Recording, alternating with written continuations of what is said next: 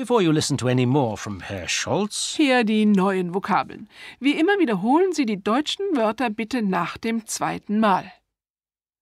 Manche Leute, some people, manche Leute. Manche Spinner, some crazy people, manche Spinner. Zerstören, to destroy, zerstören. Schaden, to damage, Schaden. Eine Waffe der Politik. a political weapon. Eine Waffe der Politik.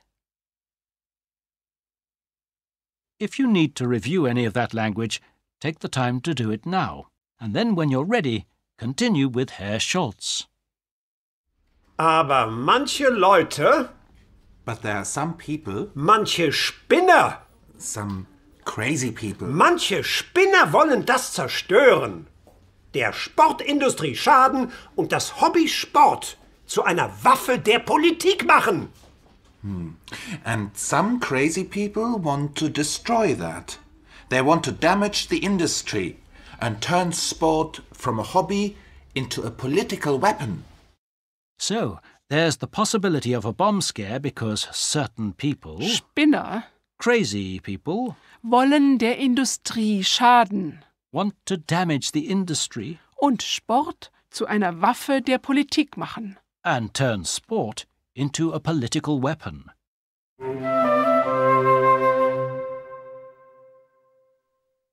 Und jetzt die neuen Wörter. Wiederholen Sie die Vokabeln bitte nach dem zweiten Mal. Sie wollen, They want, sie wollen. Unser ganzes Leben, our whole life, unser ganzes Leben. Gnädige Frau, madam, gnädige Frau. Bald, soon. bald. Hören Sie sich jetzt die neuen Vokabeln noch einmal an. Unser ganzes Leben. Sie wollen. Bald. Gnädige Frau.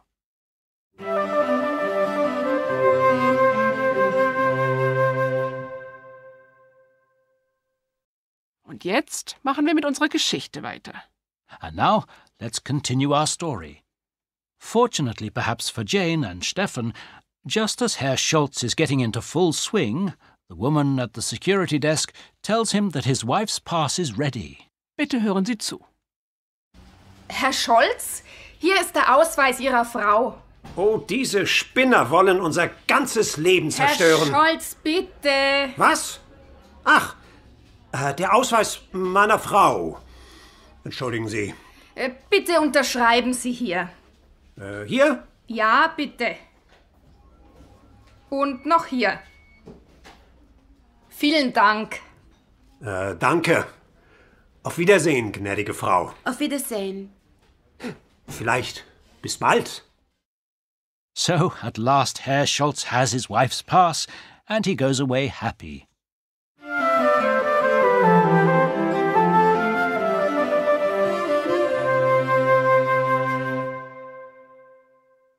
We come now to a very important language point. Der Genitiv.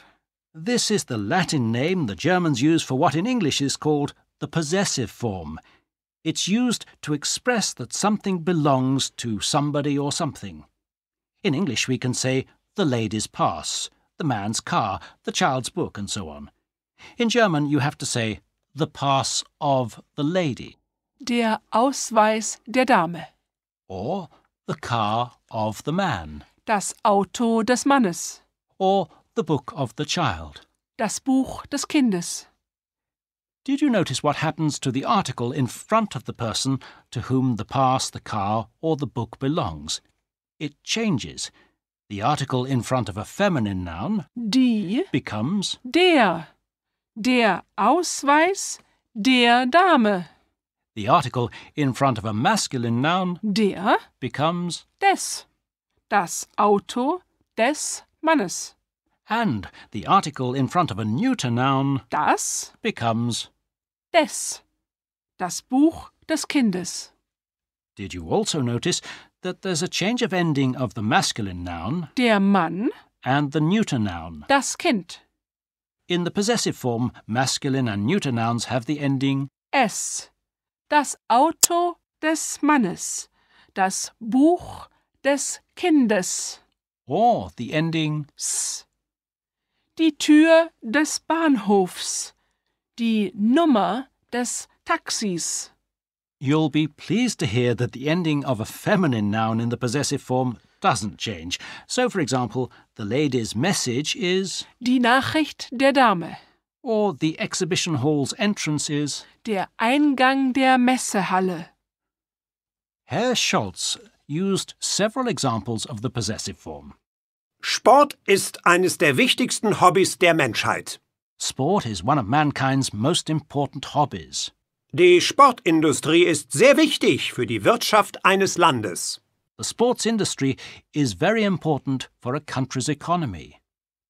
You heard another example when the woman behind the security desk interrupted Herr Scholz in full flow and said, Herr Scholz, hier ist der Ausweis Ihrer Frau. "Here's your wife's pass." As you can see, the ending of your in your wife changes in the possessive form as well. Ihre Frau. Becomes. Ihrer Frau. The same applies to all possessive adjectives, like my, your, his, her, and so on, in front of a word in the possessive form. Their ending changes, again depending on whether the word is masculine, feminine, or neuter. Before a masculine or neuter noun Mein. becomes Meines. Der Pass meines Kollegen. my colleague's passport or Der Kofferraum meines Autos. my car's boot. And as you've heard already, before a feminine noun Mein. becomes Meiner. Die Brieftasche meiner Frau. my wife's wallet. Und jetzt sind Sie dran. Try to say these examples in German. Versuchen Sie, diese Beispiele auf Deutsch zu sagen. My colleague's letter. Der Brief meines Kollegen. My wife's passport. Der Pass meiner Frau. My child's room. Das Zimmer meines Kindes.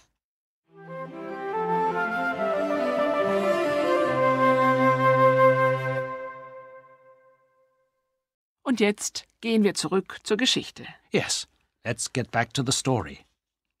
Eventually, it's Jane and Stefan's turn to collect their passes. Before you listen to the first part of that dialogue, here's the new language. Hören Sie die neuen Wörter erst auf Deutsch, danach auf Englisch, dann noch einmal auf Deutsch und wiederholen Sie sie dann. Vertritt, Represents. vertritt. Wie schreibt man das? How do you spell that? Wie schreibt man das? So, in this next dialogue, the new language is Wie schreibt man das? how do you spell that and Vertritt. represents. Hören Sie sich jetzt das Gespräch mit der Dame im Messebüro an. Guten Tag, Ja, guten Tag. Sie wünschen? ich heiße Stefan Bauer und das hier ist Jane Richardson von der Firma Champ Style. Champ? Champ Style. In where for outdoors? Was? Oh, Entschuldigung. What's the German version? Sportschick, der Spaß macht. Oh, that sounds different. I hope it means something in German. Wie bitte? Frau Richardson vertritt hier auf der Messe eine Firma. Aha, und die Firma heißt? Champ Style. Cem Steil. Nein. Wie schreibt man das bitte?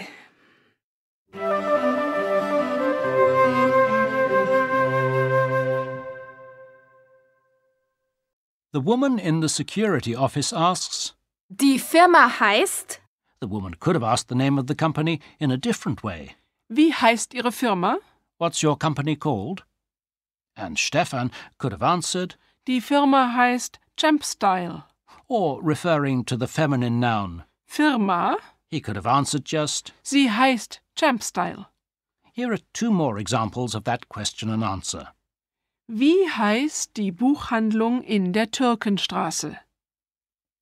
Sie heißt Buchhandlung Verlang. Wie heißt die U-Bahn-Haltestelle beim Messegelände? Sie heißt Messestadt West oder Messestadt Ost.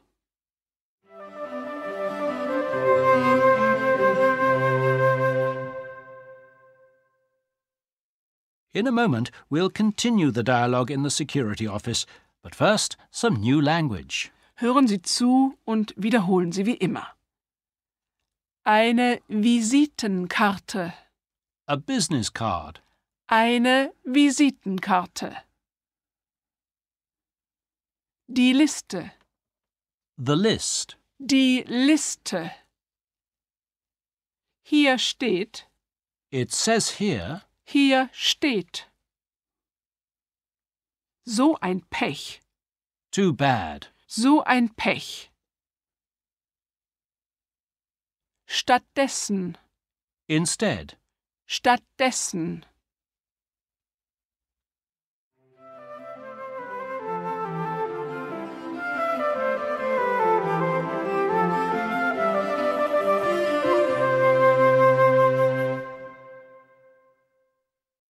Wenn Sie keine Probleme hatten, können Sie sich jetzt den nächsten Teil des Gesprächs im Messebüro anhören. Stefan stellt Jane eine Frage. Haben Sie eine Visitenkarte? Bitte hören Sie zu. Haben Sie eine Visitenkarte? What? Pardon. You have a card for your company? A business card. Oh, yes, of course. Here. Danke. Bitte, hier. Danke. Ach so, Champ-Style. Yes, that's it. Ja, genau. Ist das amerikanisch? Nein, britisch. Yes, British. British, or English, to be precise. Champ. Ah, hier. Aber Sie sind Jane. Jane? Jane Richardson, yes. Aber Sie sind nicht, Nein, Ihr Name ist nicht auf der Liste. Für Champ-Style steht hier nur Herr Stefan Bauer und Frau Linda Lewis. Frau Lewis ist krank. Sie ist krank. So ein Pech. Das verstehen Sie? Das ist ja nicht schwer. Frau Lewis ist krank. Stattdessen ist Frau Richardson hier. Genau. Ja, genau.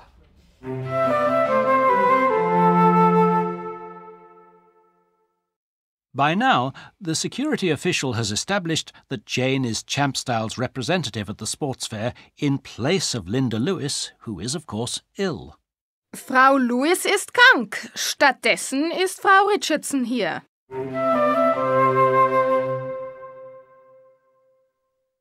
Coming up in the next section, another form of the verb to write. Schreiben. You've heard that verb before. Remember Herr Erfling in Unit 5? Haben Sie einen Stift? Ich will die Nummer aufschreiben. You've also heard the verb in this unit in the expression, Wie schreibt man das? how do you spell that? Or literally, how do you write that? In this next dialogue, you'll hear the verb in the command form. Schreiben Sie. Write. Schreiben Sie bitte Ihren Namen. Write your name, please. You'll also hear another word very like its English equivalent, Die Zone. the zone or area. Die Zone. Here's that new vocabulary again. Listen to each phrase and repeat it. Die Zone. Schreiben Sie.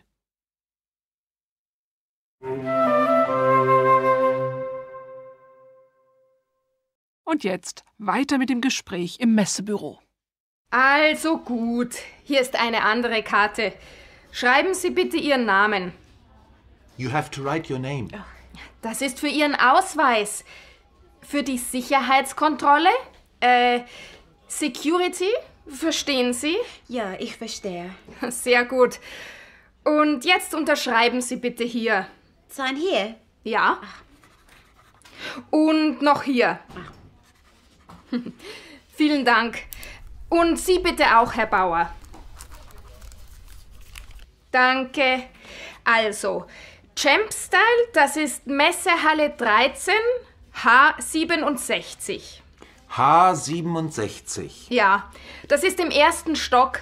Stand Nummer 67 in Zone H. Stand H67 im ersten Stock. Genau. So, Jane and Stefan have signed for and been given their security passes. They've also been told that the Champstyle stand is H67 on the first floor in Exhibition Hall 13. Also, Champstyle, das ist Messehalle 13, H67.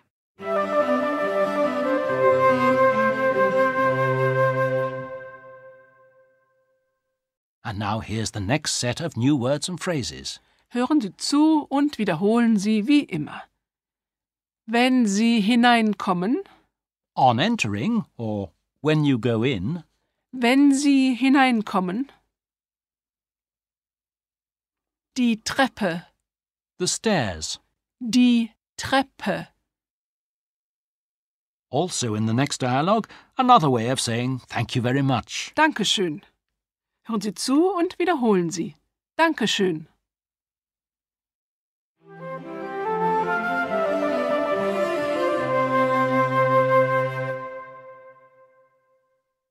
And now for the dialogue. In the security office, Jane and Stefan have been given their passes and told that the Champstyle stand is 67 in Zone H. The woman at the desk shows them the way on a map. Bitte hören Sie zu. Also, Champstyle, das ist H67. H67? Ja, das ist im ersten Stock, Stand Nummer 67, Zone H. Stand H67 im ersten Stock. Genau. Und hier ist ein Plan. Sehen Sie? Wir sind hier und Champstyle ist dort. Wenn Sie hineinkommen, gehen Sie nach links zur Treppe. Dankeschön. Auf Wiedersehen.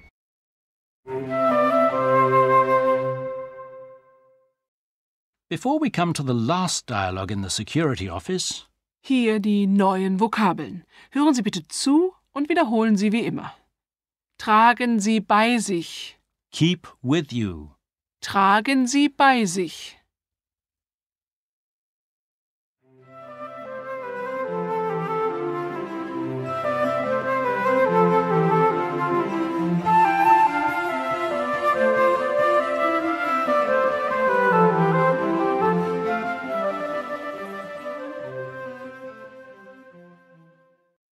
And now back to the dialogue. Jane and Stefan are about to leave the security office when the woman at the desk calls them back. Oh, noch einen Moment bitte. Ja, was ist? Ja, Ihre Ausweise. Tragen Sie die Ausweise immer bei sich. Sie sind sehr wichtig. Für die Sicherheitskontrolle? Richtig? Alles klar. Dankeschön. Ja, danke schön. In that last dialogue, you heard the woman in the security office tell Jane and Stefan to keep their passes with them always. Tragen Sie die Ausweise immer bei sich. And referring to those passes, she added, Sie sind sehr wichtig. they are very important. Note that the word for they Sie, sounds like Sie. the word for she. In fact, it's the same word, and in German, both are spelt and pronounced exactly the same way. Sie. For example, Sie kommt ins Hotel. she comes into the hotel, and Sie kommen ins Hotel. they come into the hotel. You only know which is which by the form of the verb. When the verb ends in a t, it's the singular form, Kommt. and when the ending is n, it's the plural. Kommen. But there is, of course, another Z in German, the formal you, which you use when you don't know the other person very well. You must never use the informal you, Du. immediately. Young people are not that formal, of course. They say du to almost everybody. But if you're talking to someone who has just been introduced to you, it would be regarded as very rude if you didn't say Sie. And remember, you have to stick to surnames at first. Herr Erfling, Frau Schmelzer. Germans, especially the older ones, tend to be rather formal, at least in the beginning. It normally takes a while until they ask you to call them by their first name. But if you make the first move, they very often gladly follow suit, as Jane discovered when she met Stefan's colleague. Please don't call me Frau Richardson. Jane is okay. Oh, angenehm. Und ich bin Christian. But sometimes it can take a lifetime until Germans switch from Sie to du. In the olden days, there even used to be a little ceremony to switch from the formal Sie to the informal du. It was called Brüderschaft trinken. literally to drink to brotherhood. Sounds a bit weird. And in fact, it was a bit strange. You had to link arms with the other person and drink a glass of Schnaps at the same time. Cheers! Prost, du darfst jetzt du zu mir sagen. I'm deeply honoured. So, it's du, Barbara, from now on, and goodbye to Frau von Hölzelputz. Remember her from Unit 3? Ach ja, auf Wiedersehen, Herr von Grünenthal. Und hallo, Johannes. Hi, John. Nice to meet you. We'll tell you more about Wein, Schnaps und Bier. in a minute. But first, here's a chance to hear the complete scene in the security office again, from the time Stefan returns there after the alarm has gone off, to find Jane buttonholed by Herr Schultz. Bitte hören Sie zu. Verstehen Sie mich?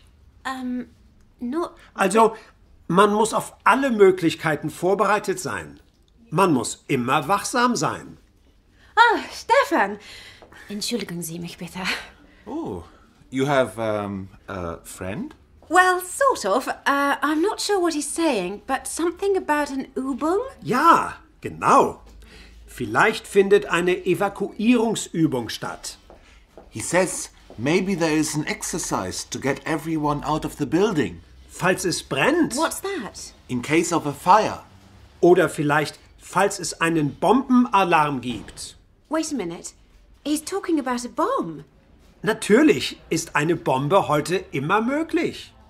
He says a bomb is always possible. Aber ich verstehe nicht. Warum? Why a bomb at a sports fair? Sie fragen warum? Ich werde es Ihnen sagen. I'm sorry? Entschuldigen Sie, ich spreche kein Englisch, aber vielleicht können Sie für mich übersetzen? Ja, natürlich kann ich übersetzen. I will translate if I can. Sie möchten wissen, warum ein Bombenalarm möglich ist, nicht wahr? Ja, genau. Dann werde ich es Ihnen sagen. Der Sport ist heute sehr wichtig. Nicht nur in Deutschland, Europa oder Amerika. Sport ist sehr wichtig für die Menschen in der ganzen Welt. Sport is very important for people all over the world. Sport ist eines der wichtigsten Hobbys der Menschheit. It is one of, wie sagt man, mankind's most important hobbies. Und ich glaube auch, dass die Sportindustrie sehr wichtig für die Wirtschaft eines Landes ist. He also thinks that the sports industry is very important for the economy of a country. Aber manche Leute, But there are some people, manche Spinner, some crazy people, manche Spinner wollen das zerstören. Der Sportindustrie schaden und das Hobby Sport zu einer Waffe der Politik machen. and some crazy people want to destroy that. They want to damage the industry and turn sport from a hobby into a political weapon. Herr Scholz, hier ist der Ausweis Ihrer Frau. Oh, diese Spinner wollen unser ganzes Leben zerstören. Herr Scholz, bitte. Was? Ach, der Ausweis meiner Frau. Entschuldigen Sie. Bitte unterschreiben Sie hier. Hier? Ja, bitte. Und noch hier. Vielen Dank. Danke. Auf Wiedersehen, gnädige Frau. Auf Wiedersehen, der Herr. Vielleicht bis bald. Sie wünschen? Ich heiße Stefan Bauer. Und das hier ist Jane Richardson von der Firma Champstyle. Style. Champ style. Trendy Inwear for outdoor champions. Was? Oh, Entschuldigung. What's the German version? Sportlich im Trend, schick für Champions. Oh, that sounds very different. I hope it means something. Wie bitte? Frau Richardson vertritt hier auf der Messe eine Firma. Aha, und die Firma heißt? Champstyle.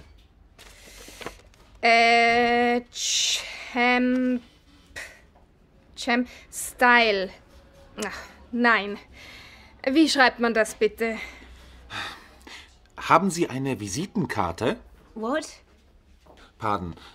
Have you got a card for your company? A business card? Oh, yes, of course. Here. Danke. Bitte, hier. Danke. Ach so, Champstyle. That's it. Ja, genau. Ist das amerikanisch? Nein, britisch.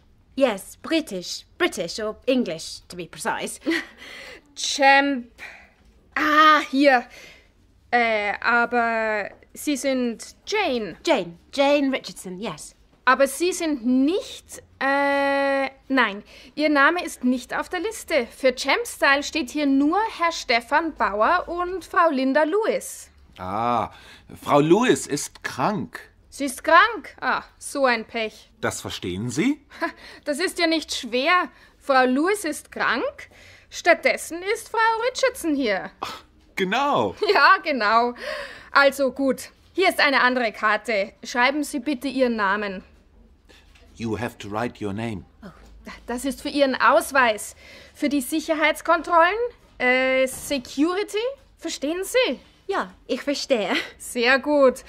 Und jetzt unterschreiben Sie bitte hier. Sign here? Ja. Und noch hier. Vielen Dank. Und Sie bitte auch, Herr Bauer. Danke. Also, Champstyle, das ist Messehalle 13, H67.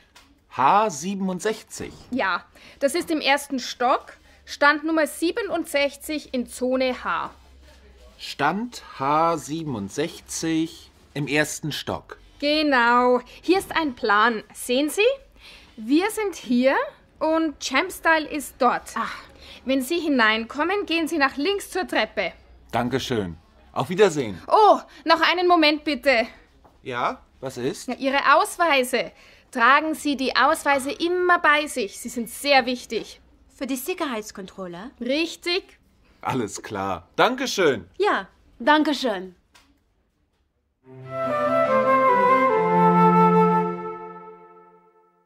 If there's anything in this unit so far that you're not sure about, then review the relevant section now. But if you feel confident enough, Machen Sie mit der Geschichte weiter. at the sports fair, it's later in the day.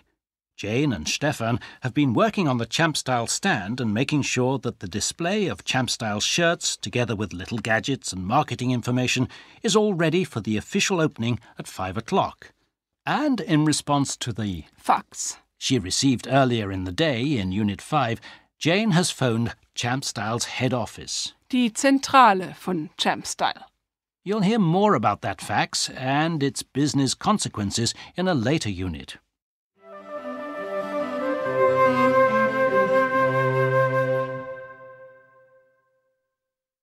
Not surprisingly, by mid-afternoon, Jane is getting hungry. Sie hat Hunger. And so too is Stefan. Hat Hunger. There are several snack bars and restaurants in the exhibition centre, but Jane and Stefan are not quite sure what they would like to eat. Vor dem Gespräch mit Jane und Stefan Before beginning the conversation between Stefan and Jane über etwas zu essen, about something to eat, hier die neuen Vokabeln. Haben Sie Durst? are you thirsty? Und der Nachmittag.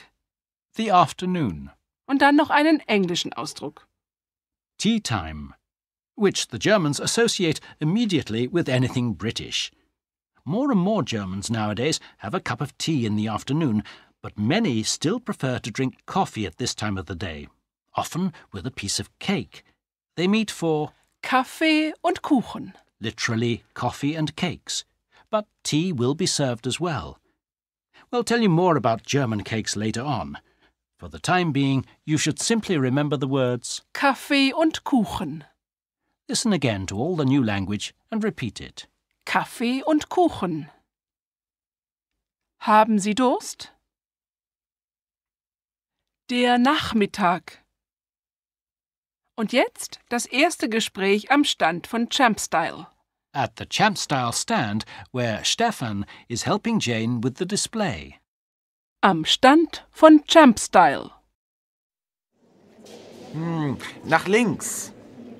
Nein, nach links. Sorry, links, left, rechts, right. Genau. I have trouble with that even in English sometimes. There, how's that? Sehr gut. Sehen Sie? Oh, yes, that's much better. Thank you. Bitte, wie viel Uhr ist es? 25 past 4. Wie bitte? Es ist 4 Uhr. No, don't tell me. 4 Uhr und 25. 4:25 Uhr. Aber am Nachmittag sagen wir 16:25 Uhr. Well, I was close. Es ist 16:25 Uhr. In Deutschland gibt es um diese Zeit Kaffee und Kuchen. Aber in Großbritannien ist jetzt Tea Time, nicht wahr? No, that's 4 o'clock. Still, now you mention it, I could certainly do with a cup of tea. Oh, haben Sie Durst? Durst? Thirsty. Haben Sie Durst? Thirsty, yes. Ich habe Durst. I'm thirsty. Aha, ich habe Durst. Gut. Ich auch. Ich habe Hunger und Durst. Oh, das stimmt. Ich habe auch Hunger. Sehr gut.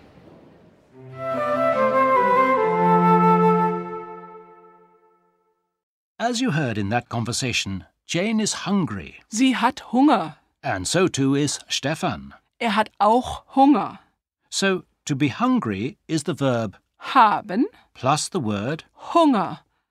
Hunger haben. It's the same principle for to be thirsty. Durst haben. Hat Durst. Sie hat Durst. And if you want to ask, are you thirsty? You say, Haben Sie Durst? hast du Durst? Ich? Nein, ich habe keinen Durst. Und du? I am very thirsty. Oh, dann gebe ich dir etwas zu trinken. You give me something to drink. Ja, ich gebe dir etwas zu trinken. Was ist das? Das ist Wasser. Water? Oh, danke schön. Bitte sehr.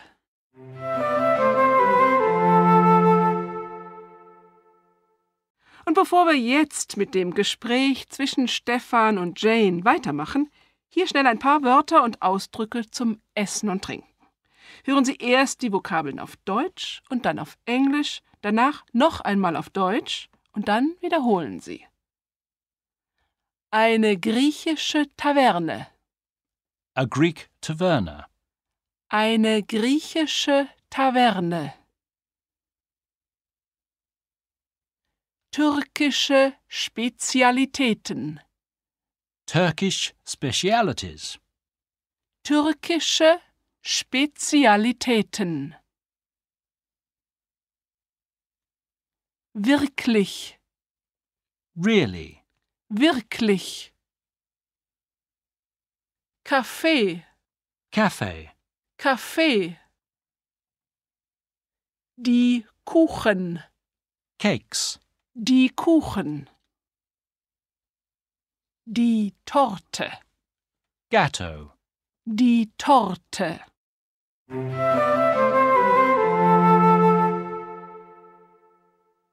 So, und wenn Sie keine Probleme hatten, dann können Sie jetzt wie immer mit unserem nächsten Gespräch zwischen Jane und Stefan weitermachen. Well, what would you like? Was möchten Sie... Was möchten Sie essen? Ja, was möchten Sie essen? Vielleicht? Something healthy? Maybe a fitness bar from the stand over there. Nein, danke. Nicht für mich. Gut. Ich möchte jetzt auch kein Fitnessfood. Sehr gut. Dann nehmen wir den Messeplan und sehen nach, wo Snackbars oder Cafés und Restaurants sind. Hier, im 2. Stock.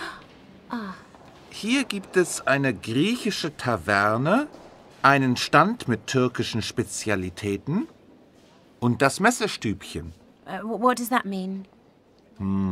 It's just a name and means tiny room at the exhibition. Messestübchen. It's a German cafe where you can have simple snacks or Kaffee und Kuchen. Kaffee und Kuchen? Coffee and cakes? Ja, sehr gut. Ihr Deutsch ist wirklich sehr gut, Jane. Kaffee und Kuchen oder Torte. Torte? Sounds like torture. Is it something horrible? No, no, on the contrary. Torte ist lecker, sehr lecker. In English you say gatto, I think. Oh, as in Black Forest gatto. Ja, bravo. That's Schwarzwälder Kirschtorte auf Deutsch. Probably the most famous German torte in the world. Schwarzwälder Kirschtorte. Cherry gatto from the Black Forest, which is a beautiful mountain range in the south of Germany. Oh, that sounds tempting. I think I'll have a Schwarzwälder... Kirschtorte. Schwarzwälder Kirschtorte. A very big piece of Schwarzwälder Kirschtorte right now.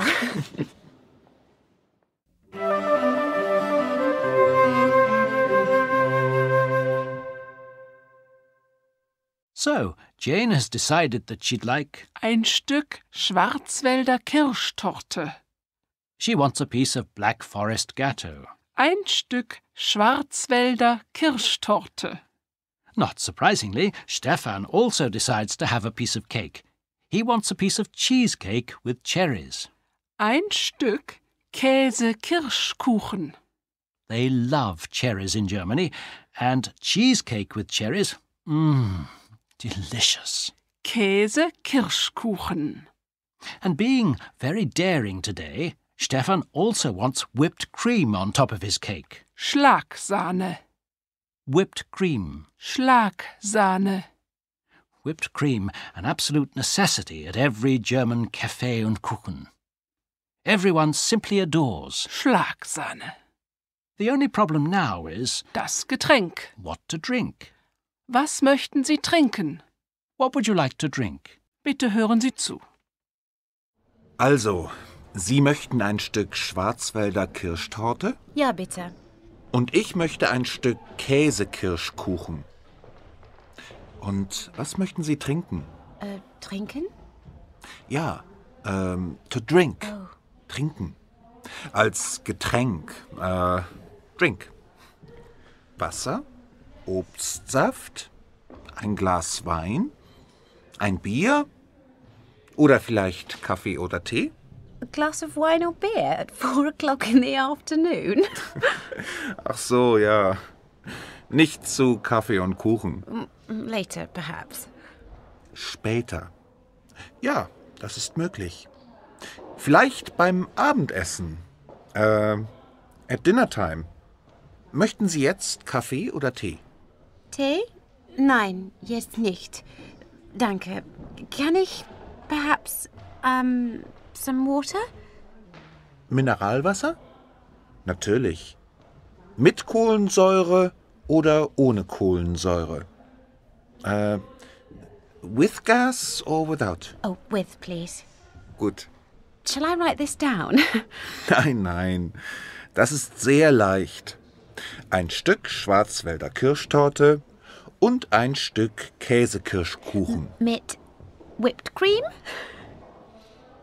Oh ja, danke. ein Stück Käsekirschkuchen mit Schlagsahne. Und als Getränk für Sie eine Flasche Mineralwasser mit Kohlensäure. Und für mich ein Spezi. Warten Sie hier auf mich. Ich bin bald zurück.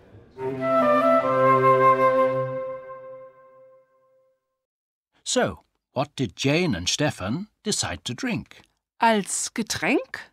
Listen. Und als Getränk für Sie eine Flasche Mineralwasser mit Kohlensäure. Und für mich ein Spezi. For Jane, it's Eine Flasche Mineralwasser mit Kohlensäure. a bottle of sparkling mineral water. And for Stefan, it's Ein Spezi. sounds very exotic, doesn't it? A Spezi is a very popular drink with young Germans. They love it. It's a mixture between Coke and Fanta. Looks like coffee and tastes, what shall I say? I think refreshing might be the right word. Deliciously sweet and refreshing. Ein Spezi ist lecker, süß und erfrischend. Finally, as Stefan leaves the Champ-style stand to go in search of the cakes, he tells Jane, Warten Sie hier auf mich. Ich bin bald zurück. "You wait here and I'll be back soon." Warten Sie hier auf mich. Ich bin bald zurück.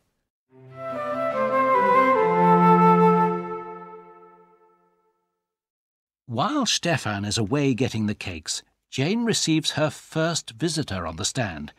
You can hear that encounter in a moment, but first another very useful verb.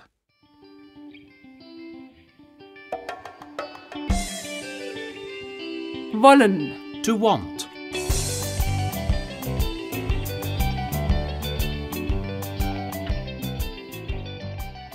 Ich will. I want. Ich will. Sie wollen. You want. Sie wollen. Er will. He wants. Er will. Sie will. She wants. Sie will. Es will. It wants. Es will. Wir wollen. We want. Wir wollen. Sie wollen. They want. Sie wollen.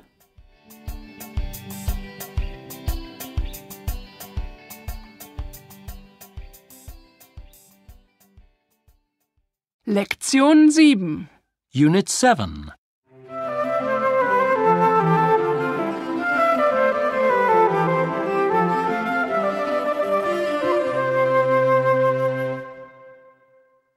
Wir beginnen Lektion 7 We begin Unit 7 mit einem Rückblick with a review auf die Situation of the situation am Ende von Lektion 6. at the end of Unit 6. If you remember, Jane is waiting in a queue in the security office to collect passes for herself and Stefan, while he goes out to ask. Wo sind bitte die Toiletten?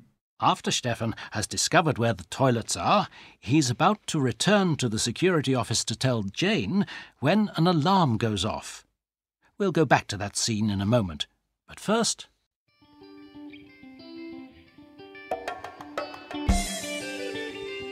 Sehen. To see.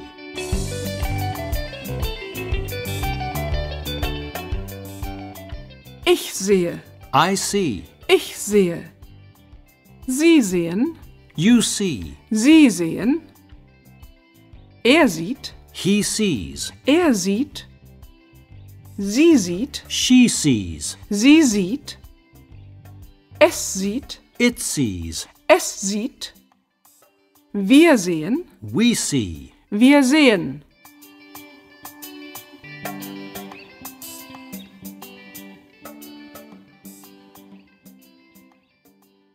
In the first dialogue of this unit, you'll hear two forms of the verb, Sehen. but before that, some new language. Wie immer hören Sie erst alles auf Deutsch, danach auf Englisch, dann noch einmal auf Deutsch und danach wiederholen Sie bitte. Dieser Alarm. That alarm. Dieser Alarm. Was ist los? What's happening? Was ist los?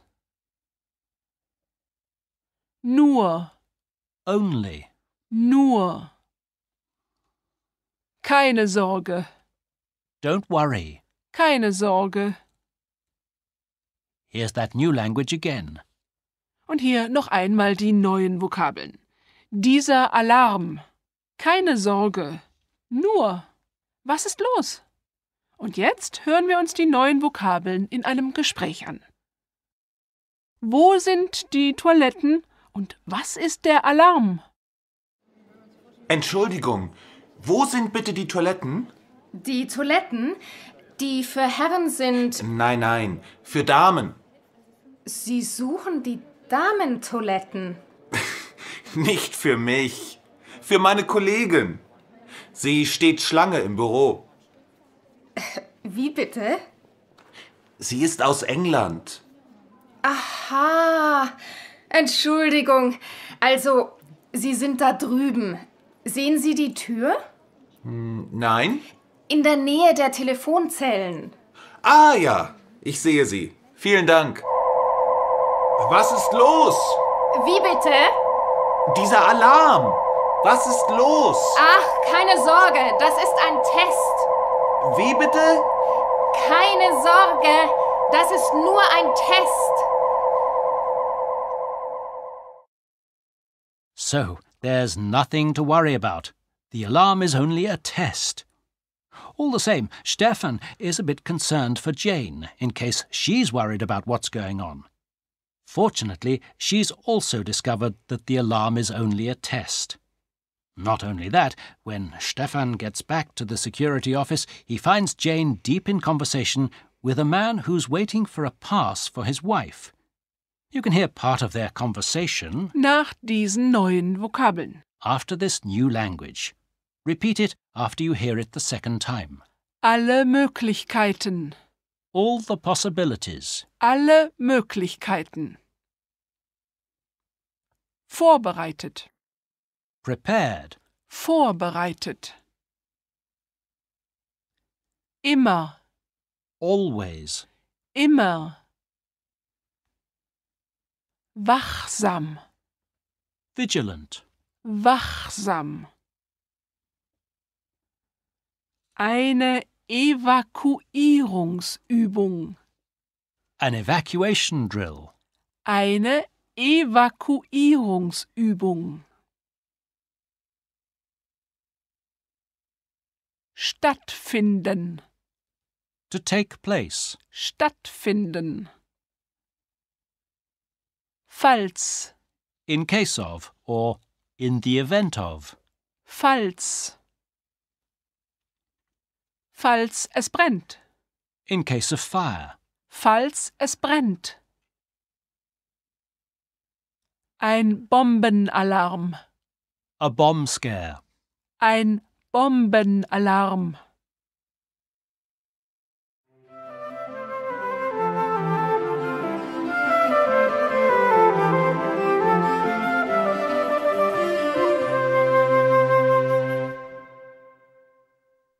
Now listen to the first part of the scene in the security office. When Stefan returns there, he finds that Jane has been buttonholed by Herr Scholz, who's waiting for a pass for his wife. As you'll hear, Herr Scholz has some forthright views. But what's he talking about? Im Messebüro. Verstehen Sie mich?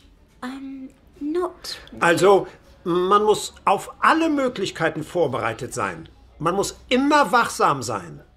Jane, Stefan, entschuldigen Sie mich bitte. you have a friend. Well, sort of. I'm not sure what he's saying, but something about an Übung? Ja, genau. Vielleicht findet eine Evakuierungsübung statt.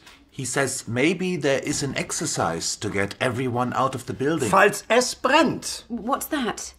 In case of a fire. Oder vielleicht, falls es einen Bombenalarm gibt. Wait a minute. He's talking about a bomb. So, what is Herr Scholz talking about? He's talking about a possible exercise to evacuate the building. Falls es einen Bombenalarm gibt. In case of a bomb scare. And the reason for a bomb scare is, of course, Eine Bombe. a bomb. Eine Bombe.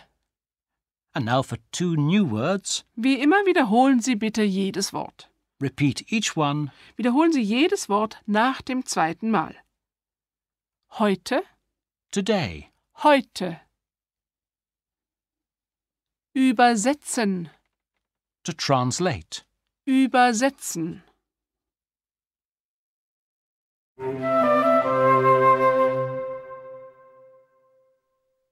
Und jetzt zurück zu Herrn Scholz.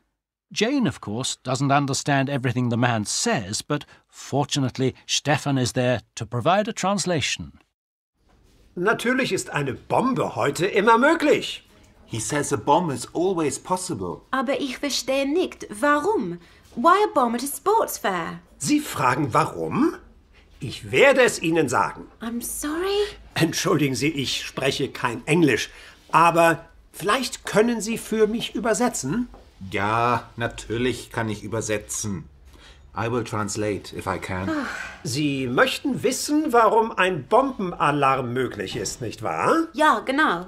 Dann werde ich es Ihnen sagen. Herr Scholz is going to tell Jane why he thinks there's the possibility of a bomb scare. But before you hear that, listen to the new words and phrases Und wiederholen Sie sie. and repeat them. Und wiederholen Sie die neuen Wörter nach dem zweiten Mal. Der Sport, Sport, der Sport.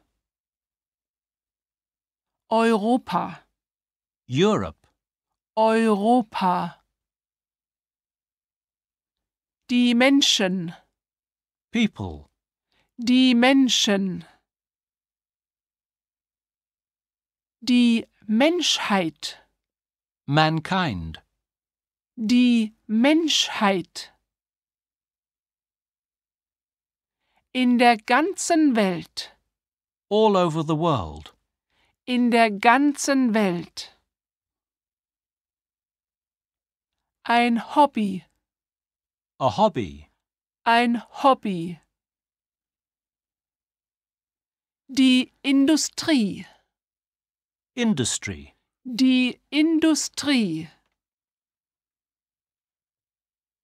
Die Wirtschaft, the economy, die Wirtschaft. Eines Landes, a country's. eines Landes. Here's a recap of that language.